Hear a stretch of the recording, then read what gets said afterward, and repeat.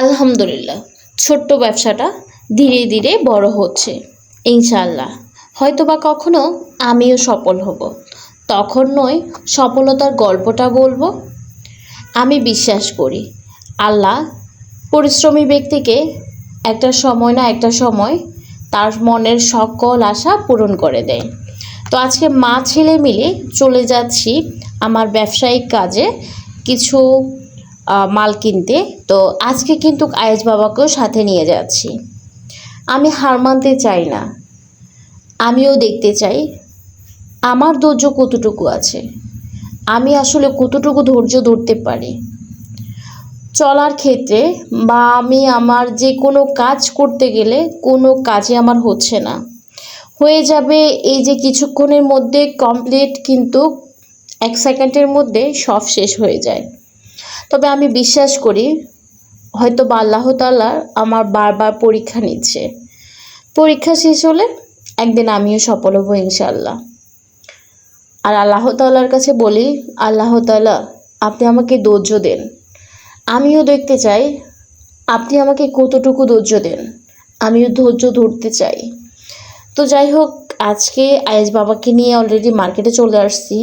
তো এখানে অনেকগুলা পাইকারি দোকান আছে। তো দোকানগুলোতে এক এক করে আমি দেখতেছি কোন দোকানে কী কোয়ালিটির জামা কাপড় আছে। তো এদিকে আমার বেশ কিছু হিজাবের অর্ডার আছে। তো হিজাবগুলো এখানে দেখতেছি, এই ভাইয়াগুলো হিজাবগুলো দেখাচ্ছে। তবে মোটামুটি আমার কাছে হিজাবগুলো ভালোই লেগেছে, অনেক বেশি লং হিজাবগুলো। তো দেখে আমি এই দোকান থেকে আমার পার্সোনাল ব্যবহারের জন্য আমি এটা নিয়েছি। এরপরে চলে যাব আমার ব্যবসায়ের জন্য কিছু মাল কিনতে।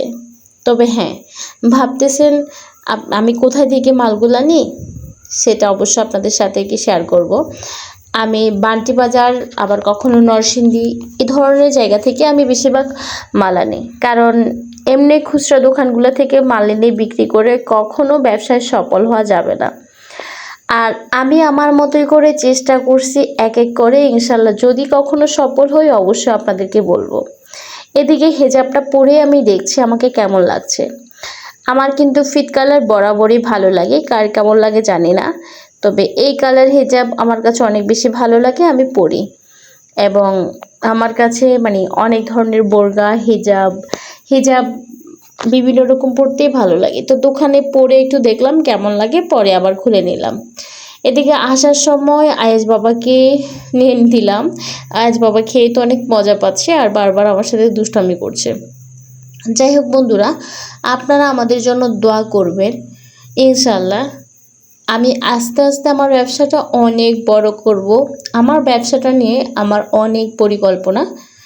আপনারা শুধু আমার পাশে থাকবেন, দোয়া করবেন, আপনাদের কাছে এতটুকুই চাই।